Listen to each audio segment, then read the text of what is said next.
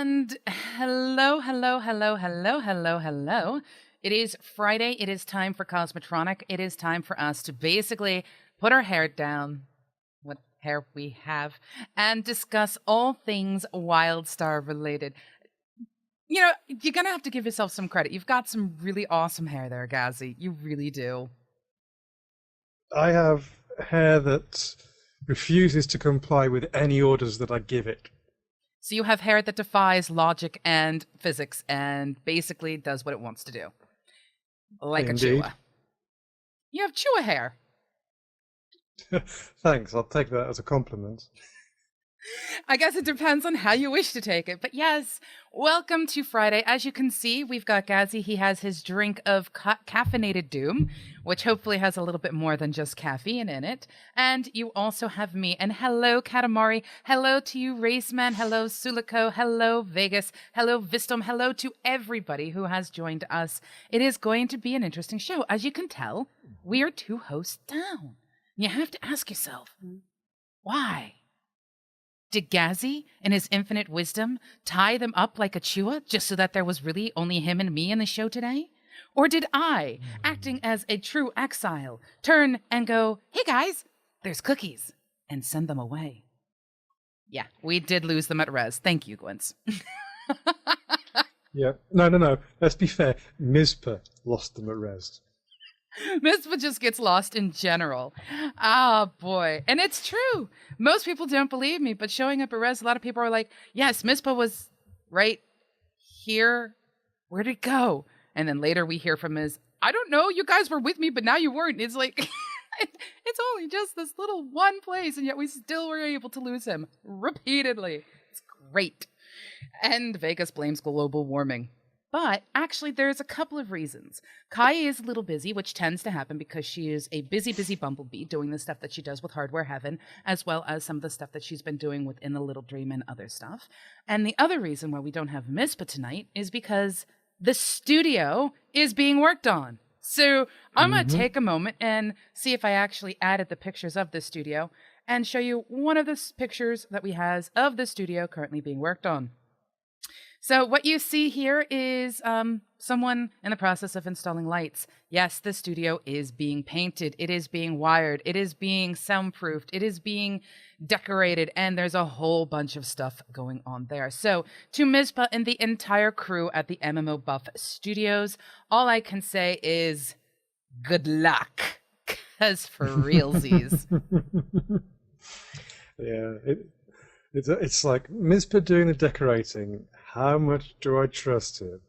I don't, which is why there are other people there to help protect it. in fact, we have a couple of the MMOBuff staff members, volunteers and stuff working to make this a reality. Aiko himself is on his way to the studios right now. Hopefully Aiko can rein Mizpah in and keep things going strongly. But, you know. Yeah, if you need to, Aiko, piece of advice, just get some duct tape and wrap it around him and that office chair that he's so proud of. The commander seat. Yeah, exactly. Oh, man. But yes, enough about MMOBuff Studios. Enough about the missing individuals. We're here to talk WildStar. Oh boy, do I have some interesting news. There is a potential, I'm going to keep my fingers crossed because we've had quite a few people of recent weeks who have decided to really step up and try to help MMOBuff out, etc. We've gotten a theory crafter, old school proper theory crafter, who is interested in digging into all things WildStar and then actually giving hints and information throughout the shows coming up. So once the game goes live, you can expect this show to take a slight twist as we work to bring to you not just any news or relevant information, but we actually start to dig into things on a much deeper level. So do you want to know why you go after a particular ability? Do you want to know why you use a certain lass or why one particular amp would probably work over another? That is going to be discussed. There will be spreadsheets. So for those of you who are terrified of them, let us know so that we can teach you about them so that you don't panic. And we'll also start to dig into things that go bump in the night. I'm excited. Hmm. I'm excited as well. I mean, the whole problem of working out what limited action set is the best one to go for, what gear to try and pick up to work with that limited action set, what runes to slot into it, all of that kind of stuff is a non-trivial problem, and it requires a Yes. fair bit of thought and a fair bit of processing. But also it depends entirely on your personal preference in terms of game style and what kind of encounter you're going to be doing as well, whether you're going to be doing something that's just a single target heavy or taking down a huge swarm of ads, so on and so forth.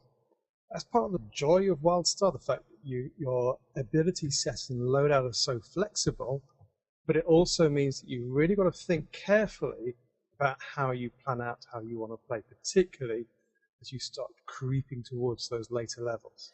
So, Absolutely. I uh, mean, oh, sorry, go ahead. no, you carry on. I was going to say, you have the amps, which in each of the last sets that you have, each of the action sets, your amp will stay the same, and that is the one thing you must pay to respec is the amp itself.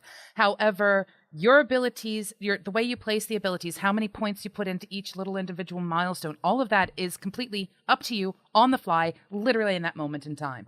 I can tell you point blank that in one dungeon, I changed my lass 7 times as a healer. 7 times. Because I'm like, ooh, well, this group does this and it has this. So I'm going to make certain I have this so I can be the most efficient at this. So I'd say, hold on 1 second. And the tanks and the DPS were the same. They're like, we're pulling a group. So now we want to have a bit more of the AoE style. Or, we need to have at least 4 interrupts for this particular boss. So everybody shifts and moves around a little bit more. And it's an exciting part of the gameplay. It keeps it dynamic. It keeps it fresh for me because, well, I mean, while we're learning these things, I will know going in, if I have a medic, I need to not have to worry about one particular thing. But if I have, say, a stalker in there, I need as a healer something a little different than what I would use on, say, an engineer tank or on a warrior tank. And it just, there is this excitement that I really feel when playing WildStar. And it comes from this variety and the fact that there is no one-way ticket. Someone could sit there and go, cookie cutter builds, yeah, they're going to exist. And I'm going to say, cookie cutter builds will exist for people who don't run around with other people consistently. Because you're going to be like, this will work for all of this stuff. Well, that's great. But if you want to start nailing yourself down and doing veterans, if you want to start nailing yourself down and being the best you can be, you're going to learn to be adaptable based on what is in your group, what is in your raid, and it's going to change the entire style of play. So I honestly don't think cookie cutters are a possibility. What about you, Gazzy? I completely agree with you there. I mean, a cookie cutter spec in terms of both your limited action set and in terms of your amp selection, all those kind of things are going to be fine if you want a standard baseline of performance. But if you really want to try and push that extra mile, start picking up some of the achievements, and even when they've started saying things like they want to, this was going way, way back when Mike Donatelli was saying things like having not just raid first, or realm first, but things like realm best on a week-to-week basis. You're going to start looking at really fine-tuning that limited action set to get every single ounce of either DPS or damage mitigation or healing power, depending on the encounter that you're doing. And I think that's going to become much, much more important. And the great thing is, it's all there. It's all just waiting for us to try and pick up and play with. And that's, I find that I'm coming from someone who did a lot of raiding in World of Warcraft and did a little bit of raiding in other MMOs, where you're going from a static position where you worked out the optimal spec, the optimal talents, and the optimal build and rotation, and then just say, okay, 1, 2, 3, 1, 2, 3, 3, 3, 1, 2, 3. Yeah, that gets pretty old pretty fast. With WildStar, it's a completely different ball game, and you really have to raise your game to meet it.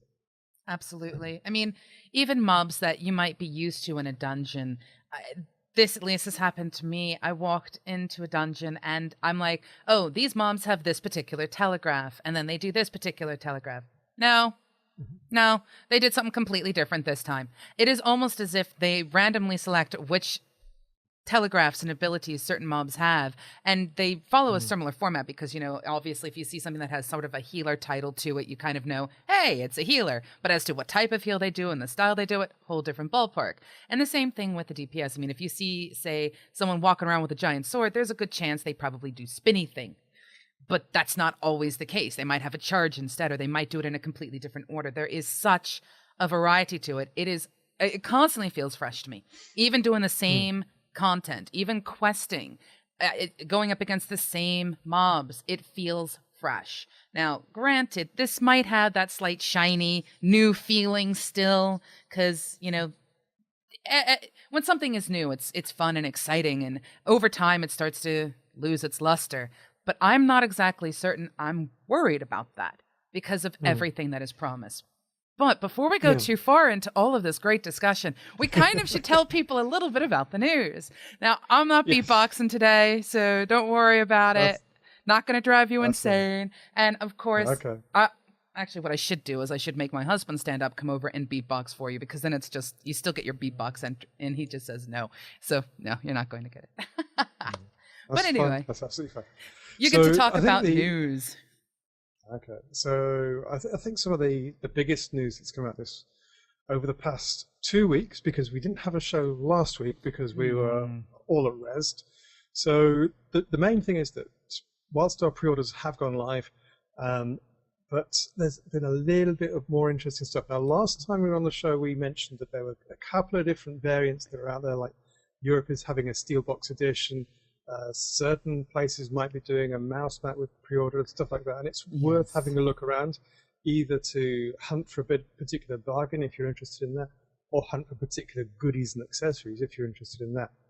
But there's another thing, because as you pre-order, you get access to all of the weekend betas that are currently going on, and there was a bonus weekend last weekend, and there is a pre-order weekend this weekend as well. So if you've not pre-ordered, pre-order and get straight into the beta. Yes. For every day that you log in to the beta, the pre-order beta, you get, I think it's 3 mystery boxes that can be crammed full of all different kinds of loot. There's things like, I think there's dice sets, there's weapons, there can be mounts and stuff in there as well. So if you fancy on launch day just basically being given a whole smorgasbord of random bits and pieces, like housing decorations as well, I think are in there. I mean, what's not to like about that? But it does mean you've got to, every single day, to get the maximum out of it, log in and test. So there might not be cake at the end of it, but I think mystery boxes are a fairly good reward anyway. So what's your take? I love the concept of there being mystery boxes because, it's not just come in and try to play, because we know that they've put a limit down. They've upped the limit to level 20 for people who have pre-ordered who were not in the previous beta and all this other stuff. So in a way, they're rewarding people by saying, yeah, we get the fact that you're just now coming in or just now getting access due to the random number generating monster of beta key giveaway doom. But at the same time, that's not all. As our show title states, but wait, there's more. And this time, they're bringing in extra free items in the boombox set. Have you heard of this? This is crazy. Apparently, there is a boombox set that is going to basically give you most awesome things, including a chance at Raiden. I love this. I'll have to show it to everybody because this just made me just smile. Oops, get rid of the people doing that. This is the Raiden set. And this is part of the things that you can get in the boombox set, which is the boxes that you're talking about, these surprise boxes. It's called the Raiden costume set, as in raiding, R-A-I-D-I-N, but it makes me think of Raiden from Mortal Kombat. So all I can think of now is Mortal WildStar, ding, ding, ding, ding, ding, ding. And that's just me being insane. Hi. You insane? I'm only a little bit, but yes, they have a whole bunch of stuff that is possible in these sets, which... Honestly, I love the fact that because there is so much decoration, there is so many things that can just be kind of thrown in without affecting gameplay, by giving someone, say, a legendary weapon or something like that. There's so much going on that they can give that it does mean that you can be rewarded and not break the game, which is amazing to me. It's not game breaking. But yes, there's also a contest. Yeah, now I have been busily working away all day, so I've only kind of caught the kind of glimmering edges of this, but apparently there's a competition where you can pick one of 3 particular weapon designs that you want put into the game, and I think the winning weapon gets made, and PC Gamer, who are organizing this, will film the entire process of said weapon being made and stuff like that. And apparently you get a load of stuff just for entering as well. Yes, so here. You've actually had a look at I've looked at this because this is so tell me what's crazy. going on. Here, I'm even going to put the link in so people can see there are 4 weapons that you can look into. And voila. So here is this competition. Now this is just a great competition. One of these is going to be made in WildStar. One of them. And it's whoever gets the most votes. PC Gamer is going to go and watch them create it and obviously share it with everyone how they're doing it, etc. But get this. As to quote WildStar, because it's always best to quote from the source in this particular case. Every person who votes will receive some exclusive in-game items. So again, but wait, there's more. The winning weapon will be made exclusively available to the people who voted post-launch, which means if you get involved in this vote, guess what? You have a chance at one of those 4 weapons coming your way. And it is basically awesome because you also get, and now I get to show you another picture. I love this whole picture thing. Pictures, and you will also get this uber awesome coconut monkey that is from PC Gamer that can sit anywhere you choose to place it in your house. They suggest a table. I personally suggest hanging upside down from the ceiling. But that is the beauty of WildStar housing. You can literally put stuff anywhere. Yeah. So there's even more. Go ahead. I was just thinking, nowadays, or in fact, including the housing changes that they're putting in, you could put it outside and blow it up to massive proportions. Perhaps you'd even be able to use the monkey cup as a jacuzzi. I don't know, but that could be cool. I'll tell you, that reminds me. I ran Storm Talon, and there's the statue dropped. It was a purple decoration for the house, and the guild my guild I was running with them, they said, here, you have it. And I just basically started crying on stream because, I was streaming at this time. But I took it and I put it on my house, and I still don't have the housing system and all the slider bars quite under my belt yet as a tool set. So I put it on there and I made one movement. I turned to look over because my cat did something. And all of a sudden I look back and this little statue was massive. And it was tilt ever so slightly this way and turned ever so slightly this way. And I was just like, oh, no, I can't see anything. I need to fix this. How do I do it? I will let you know. It took me 15 minutes to figure it out. But I at least now have that tool set under my belt. But yeah. I'm looking forward to to actually getting the privileges to go in and redecorate Mizpa's house. Because, doorways are going to go missing. You know what? Maybe that's what you and I need to do. Okay, I won't do this to Kai. I would actually go in and do all kinds of crazy stuff for her house because she's awesome. Mizpa, on the other hand, he is there to be trolled. Maybe we can convince him to let us be roommates, which will allow us to have control over decorating his house. And you and I could go in and totally change the theme.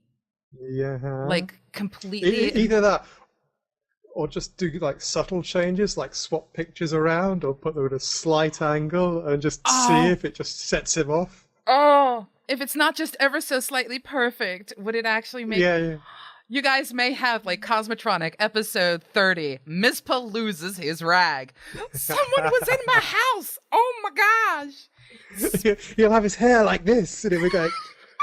He's like, what's the matter, Miz? Not sleeping well? Someone was messing with my house.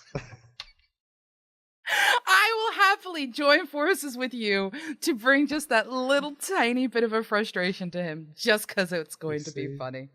And it shouldn't say Hearthstone. Oh, apparently we're playing Hearthstone. Whoops. Well, let me fix that. We're not playing Hearthstone. We're sort of talking about playing WildStar. I'll fix that. But yes, so we have this awesome thing going on in regards to a PC gamer competition. Honestly, there's no reason not to vote, guys. There really isn't. So go forth, vote, get your hands on, oh, gee, I don't know, a gun that makes toast. Whatever floats your boat. And yes, woo. Now, episode 20 is coming up. That's next week. Does that mean we should do something special for 20? I don't know. 20 is a nice round number. It has an O in it. Yes, it does have an O in it. We'll come back to that one. But yes, as you were going to say, you were going to say something, obviously. Yes? So there are two other things that happened during the week, which are slightly WildStar related, but they're not kind of official WildStar. Well, maybe one of them is I have assembled a complete timeline of WildStar lore, stretching back 2,000 years or more into the deep bowels of history. Yes. And then speculating onwards as to where things might go. So there's two things here. First of all, the earliest mentions that I could find in... Yeah, I know, two things down. Actually, I wanted to say, you've compiled this list, yes? This entire sort of lore thing. Where is it so that we can link it? It's on MMORPG.com. And do you have the link handy? Nope, because I thought you would have links. It's me doing this stuff and whoops, gonna fix all that. Yeah. I'll go get the link so I can share it, because if you are a lore buff like myself, you're gonna want to have access to this. Just saying. Yes. So basically, I went through all of the notes that I'd taken, all of the material that I had, all of the references that I'd gathered from following WildStar for the last 2 years, 3 years, long time. And compiled it into, did a quick summary in an article, basically saying that the earliest mention that we have is Shade's Eve, when humans land on planet Cassus and almost die of a plague. Now, they've got some quite sophisticated technology. They've obviously got space flight because they landed on the planet. They've got phlebotomy because they can study blood work and find that there's a plague there. And they've obviously got some kind of microbiology and virology going on because they've managed to pick up the person that's immune to the disease and synthesize a vaccine in what looks like in lore to be 12 hours or less. So it's like, these are not space cowboys. These are fairly sharp cookies we've got here. Sure, of course they are. So... Gotta throw the humor in there somewhere. And the link is, by the way, up. And by the way, just so that you know, someone has made comment, and that would be the Tattooed Walrus, that Gazimoff articles, hearts, are big inspiration for his writing style. Thank you very, very much. I really do appreciate that. But, please make certain you give Gazzy compliments because, you know. Well, I was looking over that article and I was thinking, there are so many things wrong with it. Not in terms of the factual content, but just in terms of how it's written. I was just like... We are our biggest critics, are we not? Cardinal Singh. First two paragraphs, the second and third paragraph, both begin with but.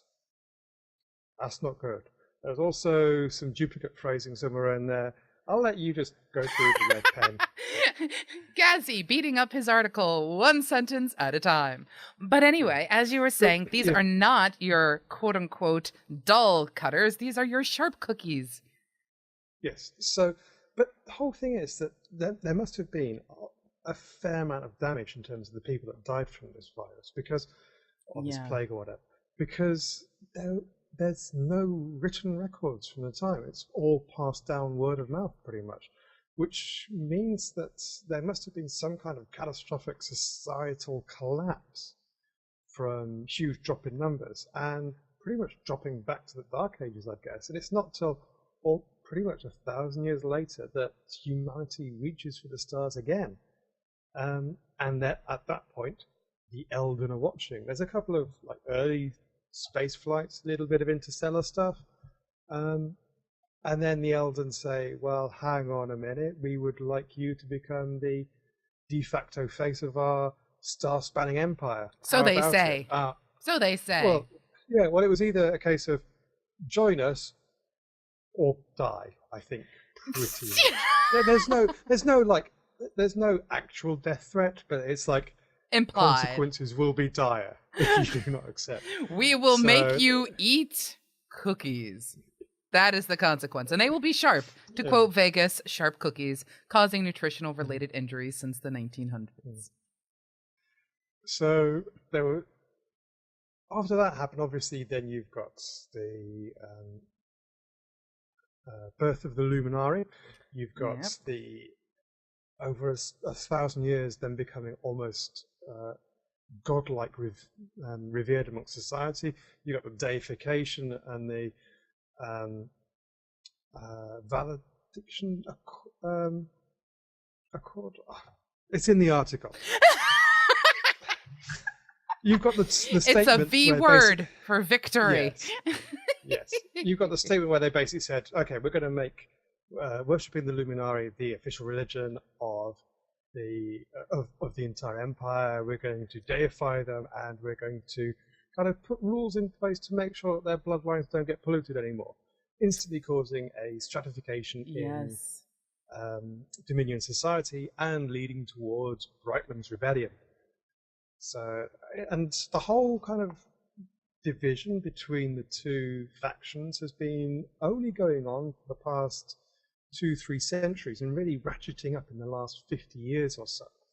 But the important thing to remember is that the Dominion hasn't always been this classy, star-spanning, kind of really mighty empire. The previous emperor, so they've currently got this guy called Macallus the Vindicator, I think his name, who's also seen as Dominus Reborn. But before him, they had this complete carrot, for want of a better term. I was about to say numpty, but numpty, idiot. Complete numpty. Who almost led the empire to ruin. And it's been Macallus that's really kind of brought the empire back from the brink. I think that's going to be an interesting one to watch because we're seeing a Dominion in recovery rather than a Dominion that's fully confident of itself. And it might have got a bit kind of full of itself in the last 50 years or so, but it's definitely not as much as it's not as glorious as it would like to believe. Let's put it that way. Well, this is the thing. When it comes to stories, a really good story is something that you can at least relate to, latch on to, you can follow, and in some ways have that willing suspension of disbelief. It is part of what makes a good story a good story. Now, there is a reason why I am a fangirl of Papalicious. I honestly think that, there are a couple of tropes here and there. We've discussed these, Oh no, you kill somebody related to me, therefore I must strike revenge. Hello, my name is Inigo Montoya. You killed my father. Prepare to die. Kind of one of those little tropes. But at the same time, if you take a step back and you look at the richness of what's going on, it is not just about really the Dominion being, quote unquote, all up in everybody's business and them trying to get the exiles and everyone just fighting over this little planet. Their fight is culminating on Nexus. It did not start there. And if you look back over absolutely everything that is going on, as a fan of books, as a fan of lore, as a fan of sci-fi, I'm really impressed. I am impressed. You could state that, this is sort of like where Tor was at, the dark side is coming back and they're not quite in their full glory, but they're coming back again. And that's kind of where Tor was set. But in this particular case, it's not as, I'd say, trope as that. There is a real richness to, hey, we need to survive, but we're still impacted by all this stuff that's happened. How do we do that? So I think there's a couple of things Just to kind of latch onto your Is there core two reference, things, by the way? Is it two things? no, just the one thing really, but Ow. it's kind of, it latches onto your Tor comment. Yes. The whole thing about Star Wars universe and the whole thing about Elder Scrolls universe as well is that they are established lores that have got an awful lot of detail in them and have a Yes. large number of passionate fans who carefully curate and document everything that's ever happened in those universes, and of course are desperate to point out inconsistencies as well. Oh yes. Yeah. Oh And yes. the same with Star Trek and all these other, you get the idea. The great thing about WildStar is that it is an undiscovered country, narratively speaking. Yes. There's not a lot known about it, which means that we can't really predict where things are going to go because we don't have the kind of building blocks that say, well, this happened here and this happened here and so on and so forth. So kind of join the dots kind of thing. It means that if we want to try and work out what's going to happen in the future, our best guess is based on where things have been going and what kind of trajectory it's aiming at. But even that's not a brilliant way of doing it. And anything could happen, and Chad Moore could throw us a curveball. I don't know. I still firmly believe that the Elden are lollilops, but that's okay. Continue. I think that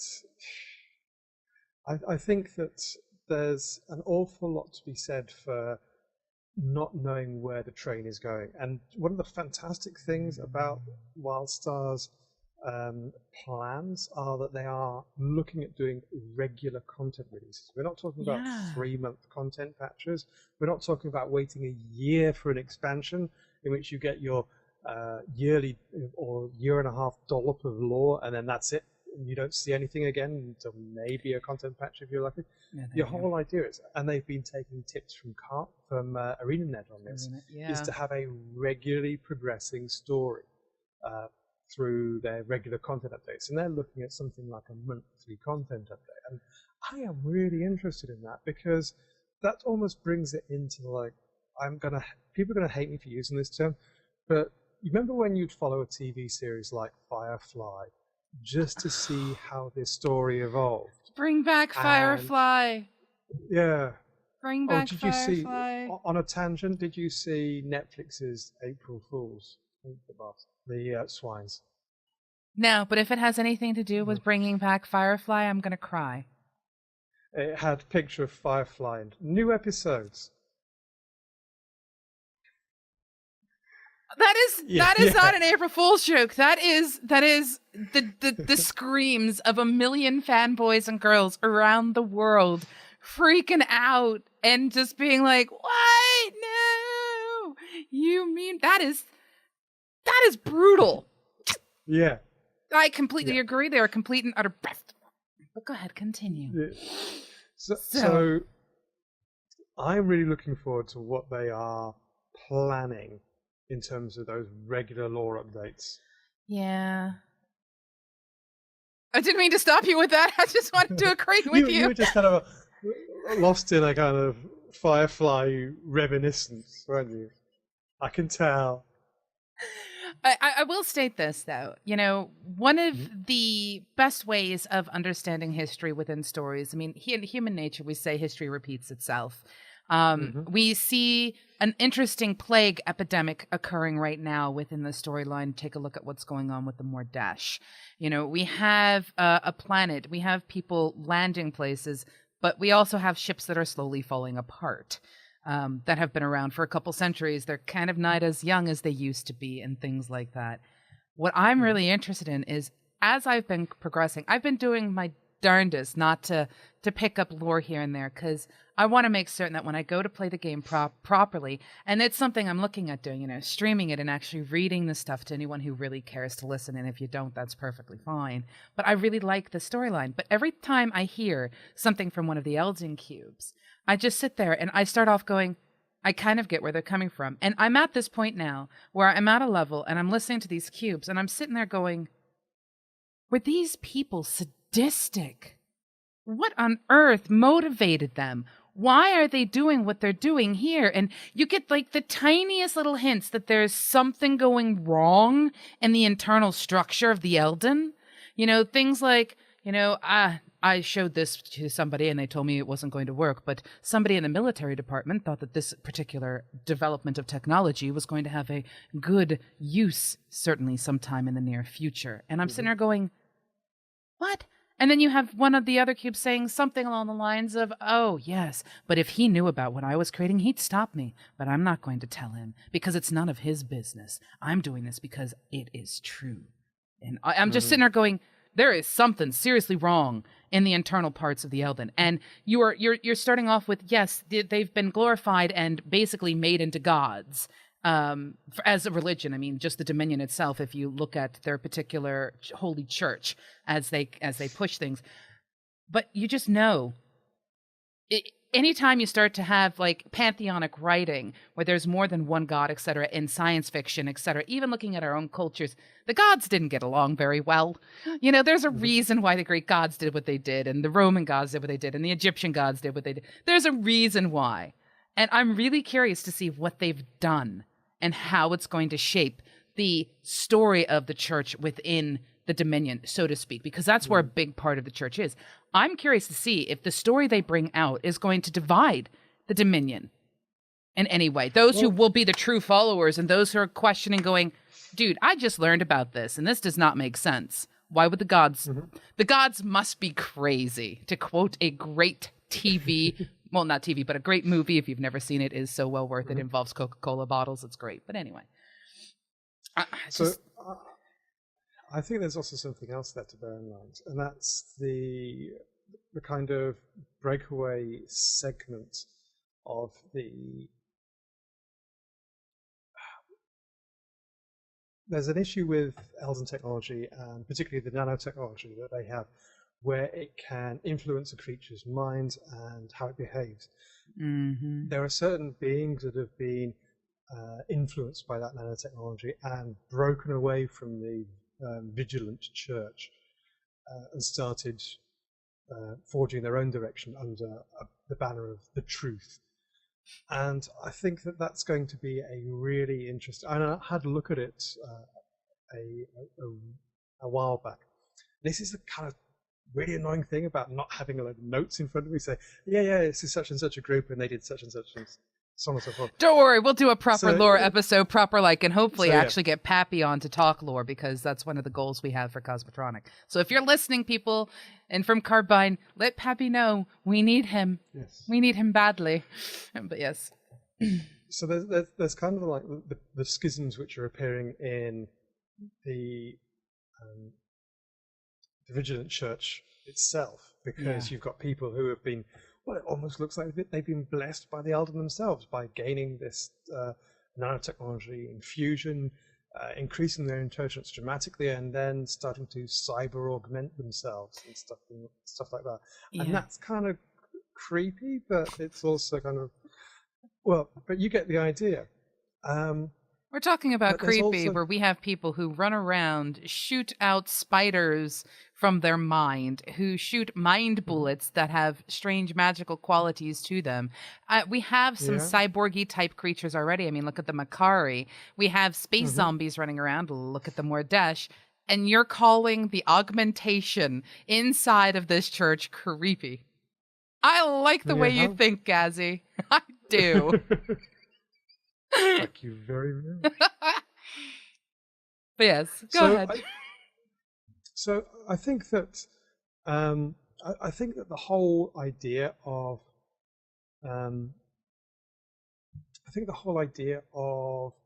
what's been going on with WildStar, particularly with the Elden, is a really fascinating aspect, primarily because you've got this whole kind of issue where the Elden seem to be doing something with the whole Nexus project, but what they're trying to achieve remains unclear. You don't quite know what the goal of the Nexus project is. Yeah. All you know is there's this kind of head honcho called the Archon, and there are kind of three factions of Elden themselves who seem to focus on particular aspects. Like there's one faction that is involved with terraforming. There's one faction that's involved with life forms and creating new life forms and stuff like that. and there's a third faction which are altogether a bit creepier. And there's a couple of names that keep reoccurring as you go through the Exo Labs, and you think, well, that's kind of suspicious. That's kind of a bit creepy. Yeah. What are they?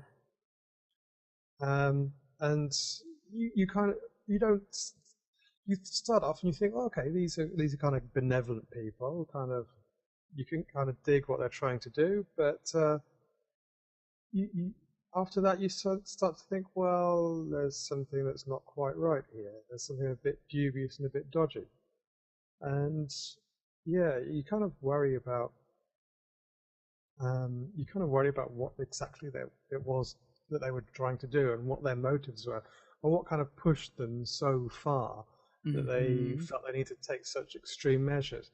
I'm not going to give you any spoilers, but I will say that once you start getting to Far Side, you really start going, what the hell are they playing at? Yes. Oh my gosh, yes. That's where I started learning about things, and I started sitting there going, what? Why? Mm-hmm. Now, we've had a question come in from Angelic Mayhem, so I'm going to go ahead and throw this out there. Mm-hmm. Speaking of, but wait, there's more. Do either of you think WildStar will have expansion packs on the level of SOTOR's Galactic Strongholds or Rise of the Hutt Cartel?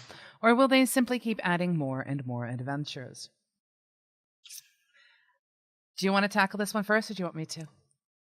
Okay, I'll have a go first. Okay. By the way, the kind of the AI or the nanobot infused cult, they are the Ascendancy, and you can find out all about them in this article just here. I shall link in chat.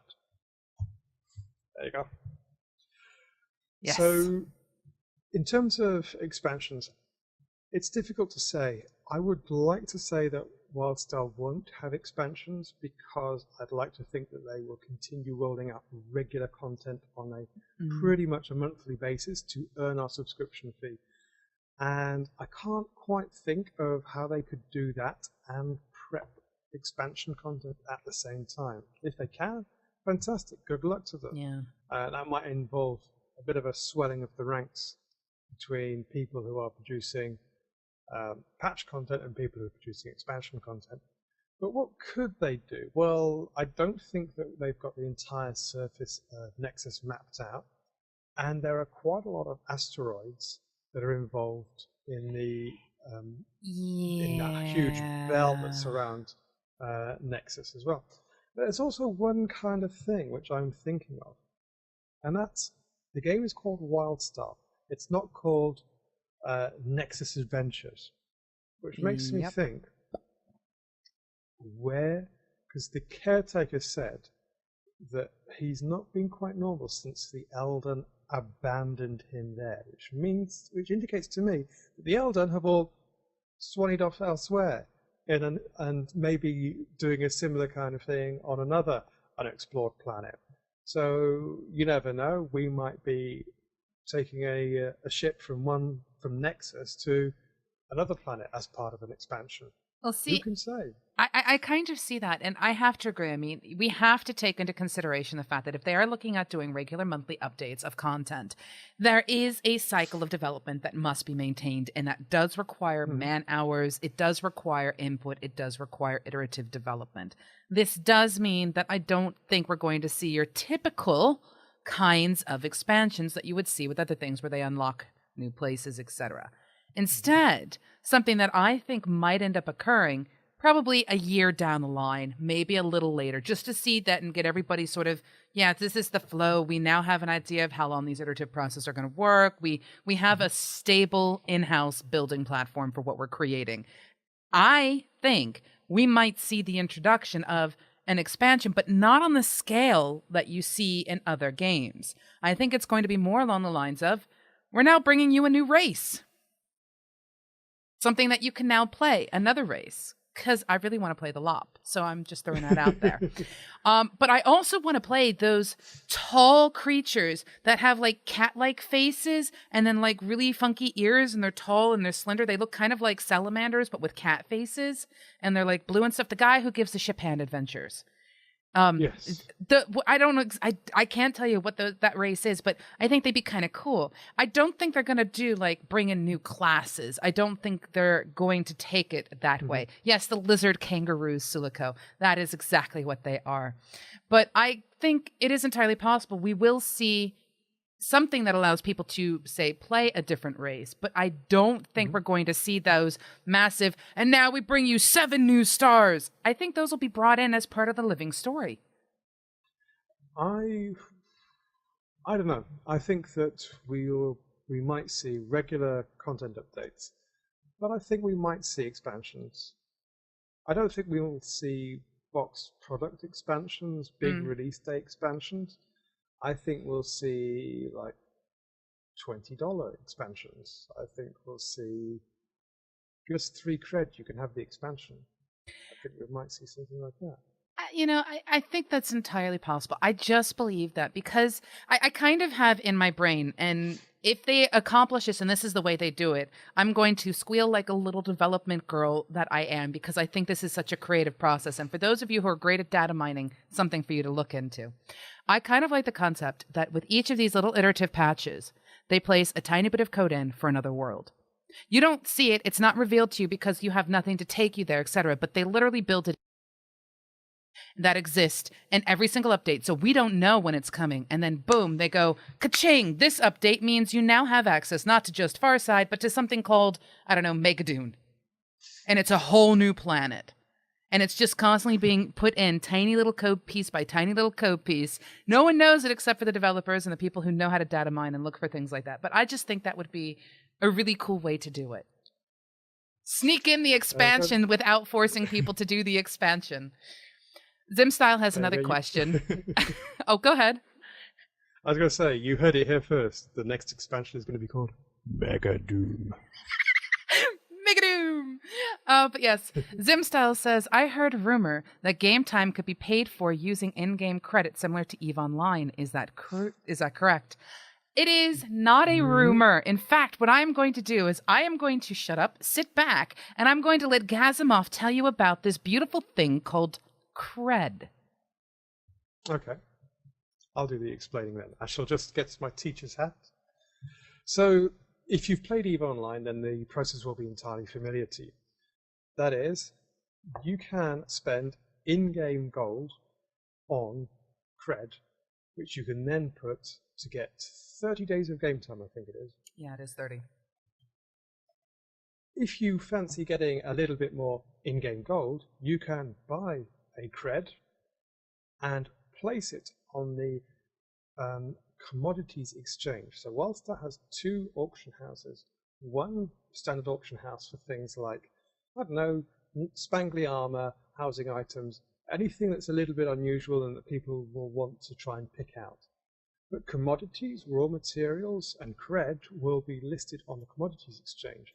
And in those kind of situations, you only see the lowest price and the quantities available, which gets rid of the whole problem of having to sort through 11 billion pages worth of, I don't know, iron rocks to just try and find the price that you want. Yes, you've probably seen that on World of Warcraft auction houses, and yes, it's blooming infuriating. So, if you want to pay for your subscription using nothing but CREDD, all you need to do is have a strong way of making in-game money to buy it off the commodities exchange. And if you want to do that, the best thing I can suggest is pay attention to Anres, who is the WildStar economy PvPer. His information is bountiful, but I wouldn't be surprised if he's keeping a few secrets just to himself. So you might want to do your own research as well on top, just so you get a bit of a head start on him and you're not kind of following in his footsteps. But he's definitely a person to watch, and he'll give you a solid footing on how to make money in the game, if that's how you want to pay for your subscription. Mm-hmm. I highly recommend following Anres through Twitter. In fact, I also recommend checking out his YouTubes and everything. There is so much to this game. I am so pleased to see various individuals taking the little pieces and going, this is what I'm going to specialize and teach you, because there is just way too much to try to put into one place. It really is that big and that exciting. So yeah. and I don't know if Make a Dune actually exists in Scotland, but, hey. Badgers has a question for us. It says, so it has also been said how CREDD would work with a working prepaid subscription. For example, you pay for 6 months and then you earn enough in-game gold to buy some CREDD that, when used, just adds to your current account time. I think that's pretty much the way it works. It's a continuous thing. I mean, I believe, and this is something that the CREDD system hasn't been put before us. We've only gotten details of what they talk about on the website as well as what we've gotten from them when we chat with them. But we haven't seen it in action yet. But it wouldn't surprise me if, I don't know, maybe you had enough in-game gold. And if you do, I am that jealous of you to buy 3 different CREDDs. That'll probably just be tacked on as an additional time for you. But if you have that much gold, you need to come see me and tell me how the heck you accomplish that. I would say that would be almost incredulous. Incredulous? It would be incredible. So, the way it works in EVE Online is that you get your CREDD, you use the CREDD, and then it adds on to your the amount of time you've prepaid for. So if you prepaid for 6-month subscription all in one go, and then you use something like a Plex on top of it, then it pushes out that's prepaid time even further, which is absolutely fine. But you might also want to hang on to that CREDD while it's in CREDD form, and say, you know what, I'm going to keep this CREDD because I think CREDD's going to become more expensive. So I will buy it when it's cheap, and I will sell it when it's pricey. I will speculate on the CREDD market and make myself a bit of gold at the same time. So you see, there's a little bit of something else you could do. And then that's the interesting thing to me, because I've also there's been also some discussion that once you buy CREDD, it's yours. It's sort of account bound, tough, deal with it. You can't sell it again. I've also heard the ability to play the CREDD market. I've heard multiple things. So I'm not, that's why I said I'm not exactly certain which way they're going to take it. But if they do allow people to say buy CREDD and then sell it again, it's one of the things that, we've discussed before. We really want to have the option where if someone's having a little bit of a rough time, I want to be able to help out a guildie, buy their month subscription for them by just grabbing some CREDD, throwing it their way. And we wanted to have that option. We were told you can't quite do that because it becomes account bound. But then we've heard, no, it's not going to. That's why I say we're not quite with the whole, we know where we're at and how it's going to work just yet. Okay, so here's the thing. Because CREDD's worth money, real money, yes, it's a bit difficult to say, okay, I'm going to spend money on CREDD and then give it directly to someone else, because that opens up a bit of a kind of legalistic kind of worms. However, there is nothing wrong with you helping a guildie out who's in dire straits by, say, giving them the gold. And saying, here you go buy a CREDD. Because then that'll be fine for them.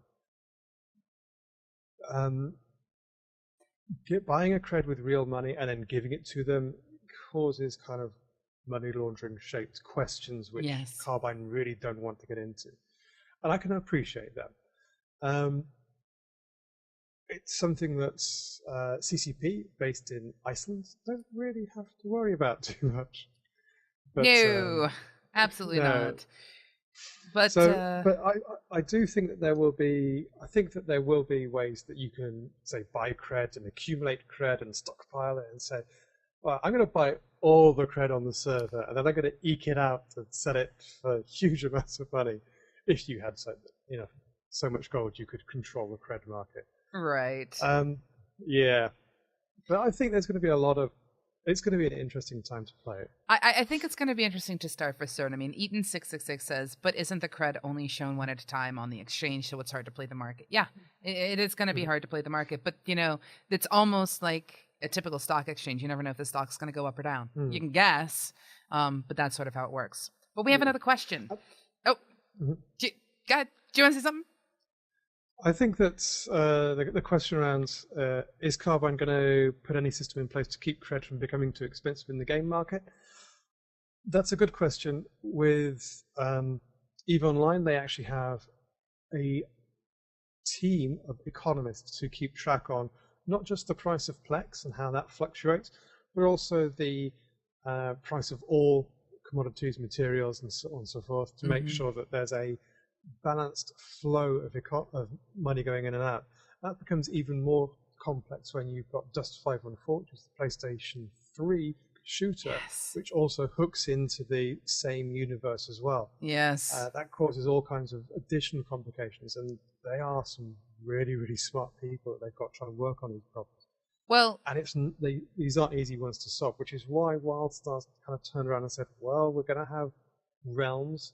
You're not going to, I don't think you can trade CREDD cross-realm either, so... No, and you can't even do a cross-region, which, as we've discussed in a previous Cosmotronic, makes a lot of sense because, you know, the pound may be strong versus, say, the dollar. It would make no sense for people to just buy out the U.S. market and be able to pay for their EU subscriptions.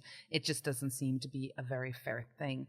And we also know that EVE is basically designed with the entire intent of a chaos economist or something like that who was interested in what would happen when you got a whole bunch of people together, and it's actually one giant experiment. You want to talk about an Eldon experiment in real life? Check out EVE, because that's kind of what happens. Now, we've had another question come in from Swilly, who says, do you know how much CREDD equals a month of gameplay? 1 CREDD, 30 days. Yep. That is how that one works. So there is one other thing I wanted to cover off before we wrap up, because we are rapidly approaching that time. We are rapidly approaching. Holy cow. Gazi, why is it that when I spend time with you, it doesn't seem like any time has passed? Yet if Miss Pa is here, I feel like it's gone on forever. Hi, Miss. We love you, really. We do love you, Miss Pa. Promise. But go ahead. And that is, I have been building something. Ooh, I know where this is going, but I'm going to keep my mouth shut and let Gazi say something. Okay, so...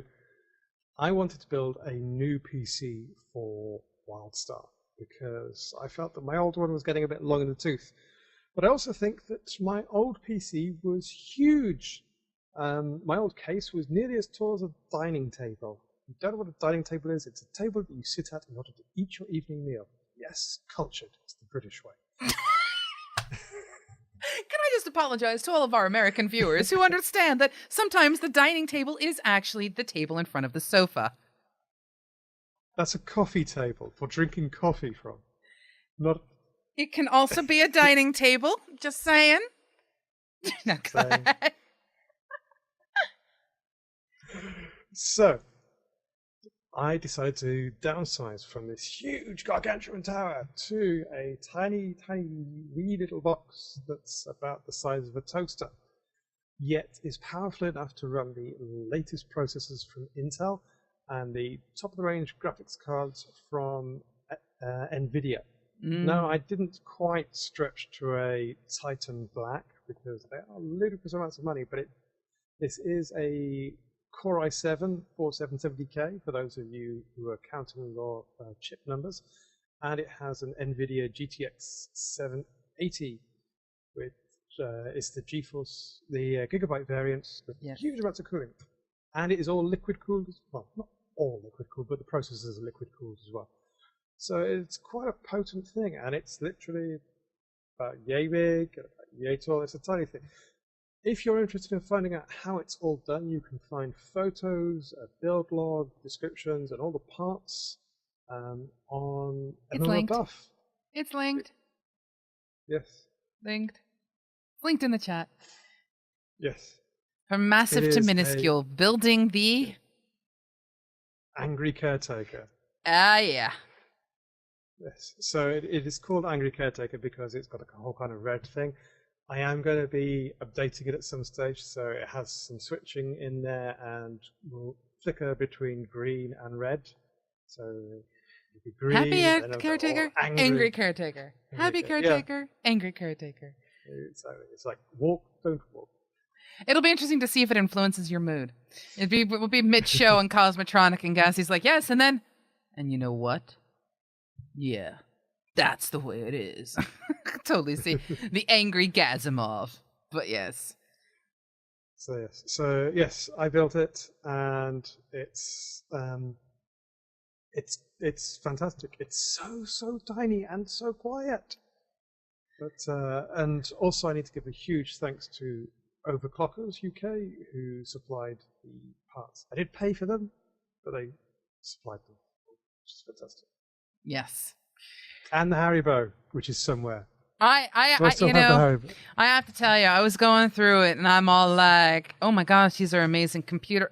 Hey, that's candy. That was literally how my brain functioned when I was reading that. I'm like, oh, ooh, Haribo. So, someone asked, what kind of frame rates did you get in WildStar? So, I'm running at 1080p with all the sliders up at maximum. All There of is them. all, yes. You cannot go into any higher settings, including the one that says target scaling or something like that. So that's set to 2, so it's trying to render it at 1440p, I think, rather than 1080p. I don't know. All I know is it's a slider, and I went like that. So I got on my housing plot, I get 130 frames a second. In the middle of Ilium, when it's chock full of people going nuts and having a bit of a disco with their spell effects and what have you, I'm getting 50 solid frames a second, and that's with the engine unoptimized. So you can imagine just how high those figures are going to go once they've shipped the game. And this is that moment where I pause and I do the boy band kind of a thing. Oh, man. So, yes, if you want to check it out, in which case I'd have to take on an accent to roll my R's all the time, and I sound more like a vampire than anything else. And now I say to you, Tagazi, do you wish to say anything else to the people who are watching our stream before we disappear? You sound like the Count that counts. 1, I fail at Yep. I shouldn't even try. I really shouldn't. But yeah, go ahead. Mm-hmm. No, that's it. I am done with my evening of brag. Right. Okay, then. Well, here I sit back and I say thank you to all of you for showing up for Cosmotronic episode 19. But wait, there's more. I do remind you, please, if you want to keep the WildStar community as awesome as it is, remember, responsibility sits on your shoulders to start. Lead by example and stay strong. Be powerful towards each other. It's okay to troll. Just make certain you're trolling the right person, like Mizpah. Mm-hmm. Yes. But yes, so next week is going to be episode 20 of Cosmotronic. Something may or may not occur. It depends on if we can get people into the right level to actually play in the same side, because the entire Cosmotronic team is sort of mixed. We have Exile and we have Chua. That's literally how our Cosmotronic team is set up. We have the Exile and we've got a Chua. Mm-hmm. And if we want to actually play a game together, we kind of need to have... You need to re-roll. There is more people on the Exile side. You can bring your happy little Chua tail over to the Exile side for a little bit of time, and we can run something together. Or, I don't know, maybe we'll just meet Gazimoff in the middle of the world and he can attempt to kill us. He is, after all, an engineer. Mm-hmm. So, but yes, we shall see what ends up happening. And as for answering the question about how much gold equals a CREDD, it's going to vary. That is part of how the commodities network is going to work. Now, Yep. next week on Monday, we go back into loot distribution talks. We've covered the things you need to watch out for in picking any loot distribution system. And I do believe we're going to start to get into the theory crafting of why certain loot distribution systems work better in certain circumstances than another. And there are mathematical ways to prove things, and we will be doing that. Tuesday's campfire, not exactly certain who we're going to have on yet. However, I have been hinted that there is a chance at some point in time Aether will be joining us on the campfire. Ooh. Getting Troy back in just to say hello, come do some campfire community stuff, talk about exciting. Oh my gosh. Squealing like a little girl. Troy. I miss Troy so much. I keep track of him at Montego, but I still miss him. I still miss him. But then on Wednesday, we have Top Draw, where we are going to be digging into, I think, Rogues or Warriors. I can't remember which one off the top of my head. My brain can't remember. Not a good thing. And then next week, Rogues. But next week on the Cosmotronic, hopefully, we'll have the entire team back. Because it's nice when we get all four of us together in one place to talk about WildStar. So I'm going to leave it for you guys, and I'm going to give you like roughly 20 seconds for this to catch up. If you have a question you would like Gazzy and I to tackle before we disappear, you have 20 seconds starting from now. And I feel like I should play countdown music. Do, do, do, do, do, do. But, you know. I won't be around to the end of the month, by the way. You going again? Iceland. You know what? I just fully admit that I am literally jealous of you. I really, really, really, really want to go to the Eve fan party. I really do. But that's not going to happen. Not if I'm also going to be going to things like Gamescom and Eurogamer and oh my gosh. Do you think Carbine will include more /command animations so we can make in-game fan fiction? There is a lot. There is an awful lot in there. I mean, do you guys remember the episode where we had the entire title was just chairs? Why do I have these small headphones? Because these are my iPhone headphones. I have other headphones when I actually play games. Because, funnily enough, this is not where I play games. This is my corner where I have kind of like a thing behind me, and then I have a table which has got. Hey, look, he's got his screwdrivers out. Yeah. And there's his Yeti mic. Yeah, so this is not where I do my gaming. This is where I do my eating of dinner. Yeah, is it your dining table? yeah. This is a dining table. A table for dining and of building PCs. I have some people call it a desk, other people call it a battle station, but it's in my study, which is way over there. Yes, I have a study. That's okay. I've got an office. My office is upstairs, and it's just, having to move things around. I've basically said, screw it, I'm going to stay downstairs because it's really close to the kitchen, which is right there, and the alcohol, which is all on that shelf right there. That's ease of just access for me. But yes, so, yeah, Gazimoff. Yes. You use the small headphones, and you know what? I've done that a couple of shows as well. It depends. Depends on if my ears feel like having something gigantic on them or not. Yeah. So Guernica says that mic is so badly placed. Well, yeah, if I was going to place it like here-ish, which is where you're supposed to be placing a Yeti, so it sounds really nice and clear, I'd actually have to get a kind of stand or something. And I'm not going to bolt a big metal thing to my dining table. I have a lovely arm here and everything that came with my my Procaster. Well, we added it in addition to everything, and it doesn't bolt. It actually, I was going to say it squidgies. It vice grips to the table. Maybe that's what you need, Gazzy. Maybe you need yourself some vice grips. So. But yes, I think pretty much on that note, what I am going to say to you all is thank you so much for coming to the Cosmotronic. Thank you, Gazimoff, for being around and telling me all kinds of crazy things and reminding people about lore. We really need to get Pappy onto the show and just hit him with lore. Just smack him and be all like, there is no keyboard to save you now. There is no mouse to save you now. We talk lore. Let's go. And I really want to dig into his thought processes. I want more lore. And I just snap my fingers like that. And why are you talking about my computer? And yes, Gwent, your computer is right next to me. He's right over there. But yes. And see? There you go. That's the Gwents. But anyway, Gazzy, go ahead and sign off and say bye-byes.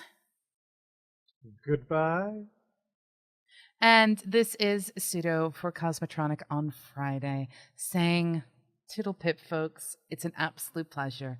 See you next week for episode 20. Something may or may not occur. And also, for you people who are working currently on the MMO Buff Studios, have fun. Because, yeah, that's a lot of hard work. Anyway, bye-bye. Greetings. Thanks for watching episode 19 of Cosmotronic. But wait, there's more. If you liked what you have seen in this episode and would like to watch the previous episode, you can find that by clicking on the big old bobbin heads up there in the top. And obviously, if you'd like to watch the entire full series of WildStar's Cosmotronic, our show dedicated to WildStar, you can do so by clicking on the box in the bottom left. Speak with you soon. Toodle pip.